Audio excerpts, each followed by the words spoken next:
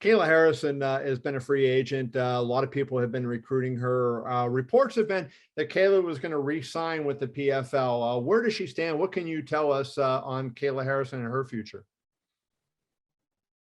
You know, PFL, listen, at the end of the day, I'm in this business about making money. Kayla won legacy and history. I disagree with her.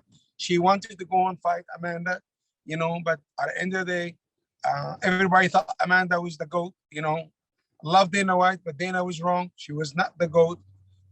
Ronda was not the GOAT. Cyborg is definitely not the GOAT. The GOAT is Kayla Harrison, right?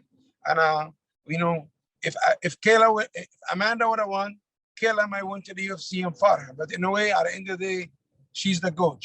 Everybody should be chasing Kayla now. It looks like PFL is going to write the bigger check. Deal is not done.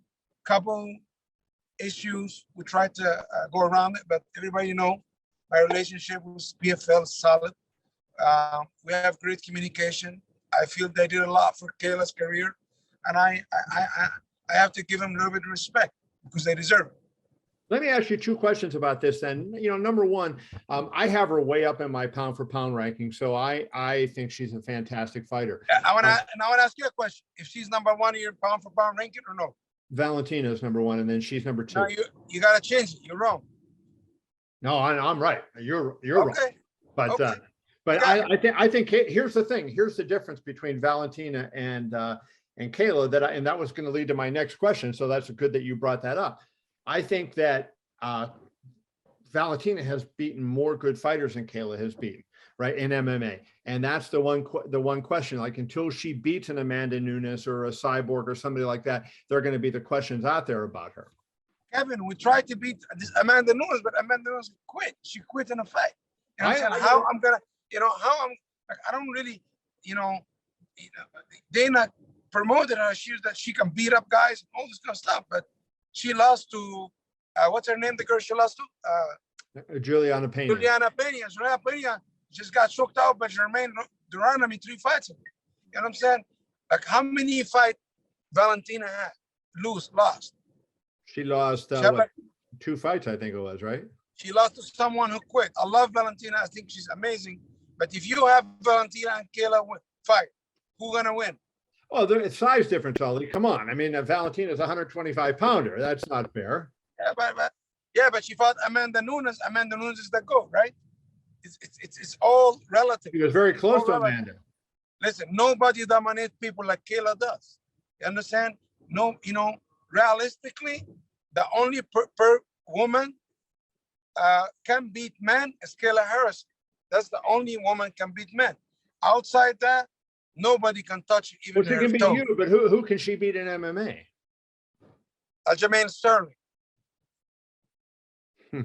Now, he's my friend, but I think Kayla beat Aljamain Sterling 9 times out of 10. Whoa, crazy.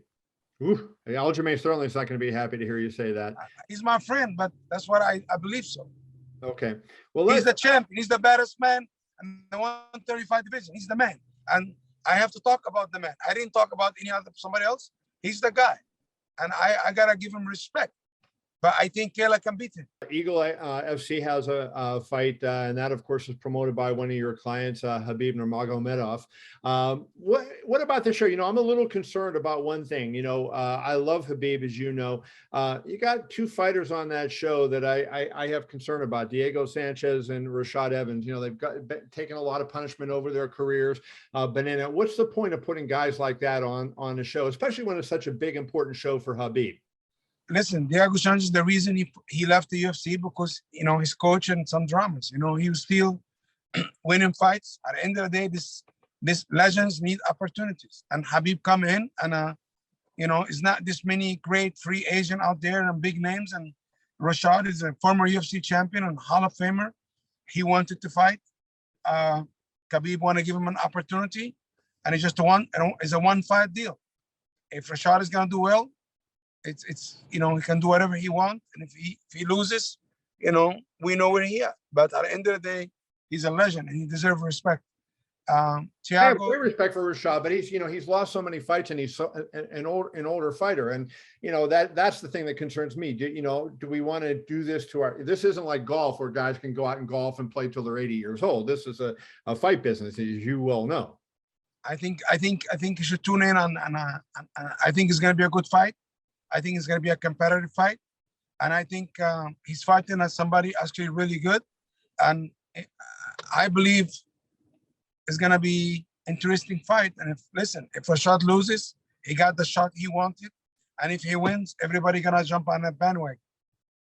Ali, a couple more minutes. Tell us, what do you think the future for Khabib's promotion is? How is Khabib going to be as a promoter?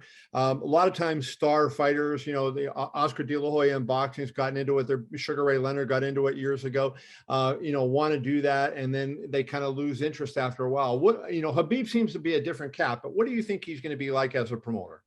This is his 44 shows. Khabib has been a promoter for almost 3 years, and he's doing good. He's passionate about it. He's have a lot of big plans. Him and my brother Rizvan, who's working day-to-day operational. I'm just a guy, just helping outside. I'm a manager. This is how I feed my family. But also, like I said, anything Khabib does, as Rizvan does, I will do whatever I can to be involved, to reach out to my friend managers to sign their fighters. Like Kevin Lee, I reached out to him, and he said, and I helped him sign it. But I didn't manage him. But I want to give Cavalier an opportunity after he got cut. Diego Sanchez used to be my teammate, right? I said, you guys should sign him. They called him. I sat down. I helped him sign. I'm not the promoter. I'm still a full-time manager. But I said, this is my brothers. Whatever they do, I'm going to be involved. If they ask me to clean the cage, I'll clean it. If they ask me to mop the floor, I'll mop it. I'm just loyalty. We're all different. What do you think, was Khabib kidding when he brought up Jake Paul? And do you think there's a potential collaboration between Nikisa and Jake Paul's manager and you guys? Listen, Jake Paul, I don't know if Jake Paul ready to come fight some of these guys, listen, at the end of the day, Khabib is not into this jokes and pranks, all this kind of stuff. If you think you're real fighters and you for real, you want to come here, you're going to fight. But if you think you're going to get feet up, all the washed up fighters, and somebody can wrestle and can grapple, is wrong. But at the end of the day, it's a business. Jake Paul, it's a big star. They say he's a big star. I don't know. Like, some people said he had big numbers. Some people, his YouTube numbers is huge. I don't really got nothing personal against him, but he just knocked out Tyrone Woodley. But, I wouldn't be involved in this. If they think he want to fight, whatever, they can call Khabib directly and talk with him. But, I'm involved in guys who really want to fight, but I don't know if Jake Paul really want to come fight MMA, right? I don't know if this is for the Instagram or for YouTube or for real. He might be for real. I got respect for him because he stepped into the ring and fighting, but, I'm not a fan of a lot of those antics, go around fights. I like guys who can fight, real fighters.